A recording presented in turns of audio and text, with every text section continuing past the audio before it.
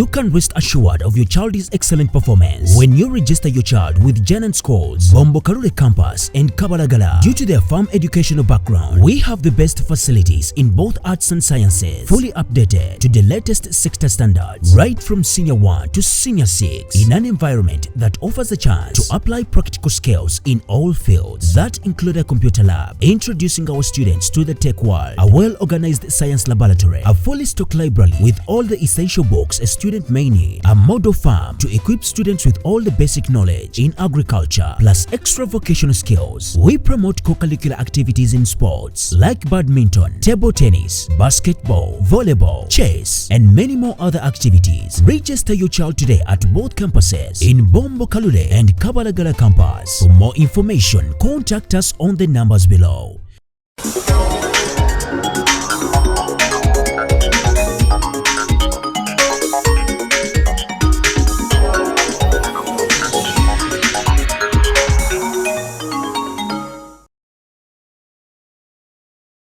Gavumenti ngeyita Ministry y'ebyenjigiriza ewaddeyo ebintu ebikozesebwa mu malwaliro n'okusomesa abasawo abakyasoma. Ebintu bino biweereddwa amatendekero ga gavumenti 10 nga kuno kubaddeko Mulago, Arua, Kabale n'amalala.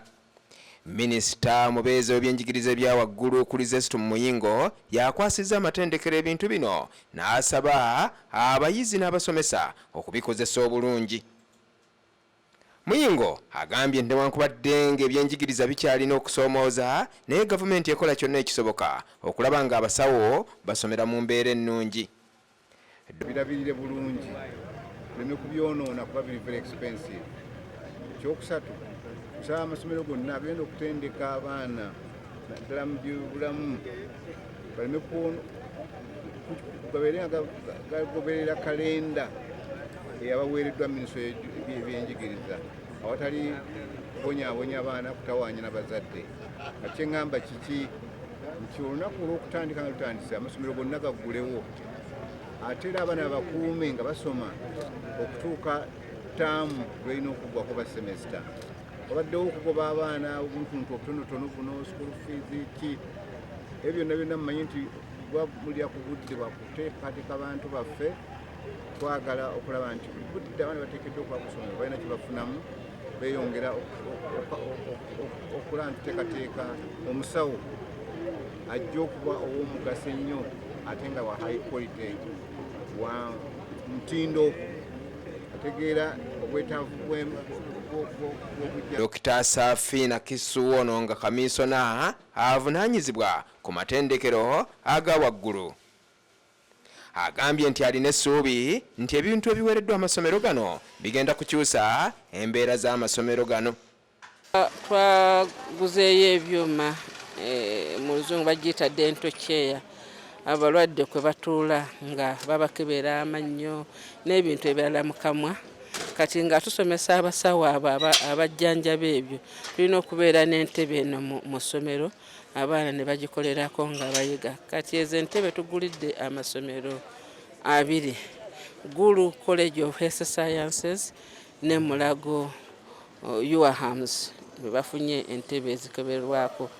Tuguze na kino ekyuma ki microscope. I think ne mu Luganda twakigandawazizza tugiyita microscope. Gye tukeberamu okulaba obuwuka obutinitini ennyo okulaba omuntu obulwadde bwalwadde. So eyo gye tuguze and tugigabidde amasomero 3 ge tulina agasomesa aga Government Medical Laboratory ye Jinja, Gulu ne Mulago nabo bafunye microscope ezo. Ne tugula n'ebyuma bino tubikozesa okulaba nga tukebera endwadde ez'enjawulo naddala kansa ow'abakyalo w'omumwa gw'abaana ne mu kuzaala okulaba. Ebintu ebiweereddwa amasomero gano kuliko ebitanda, microscope n'obuuma obulala obukebera abakyala ab'embuto. Ebeera nga nzigule essaawa zonna ez'okusoma omwana waasoberedde n'omusomesa abanga mwali n'agendayo ne bamusomesa enkozesa n'okuyiga various skills. So tubasaba abakulu b'amasomero n'abasomesa nti bateeke poliisi eyo mu nkola nti ebyuma bino bajja kubiteeka mu skills lab bibeere nga biri available abaana bwe bagendeddewo wonna babisanga nga birimu babikozese babyegireko n'okubasaba babeere nga babirabirira kale like dental chair microscope byetaaga okuba maintenance.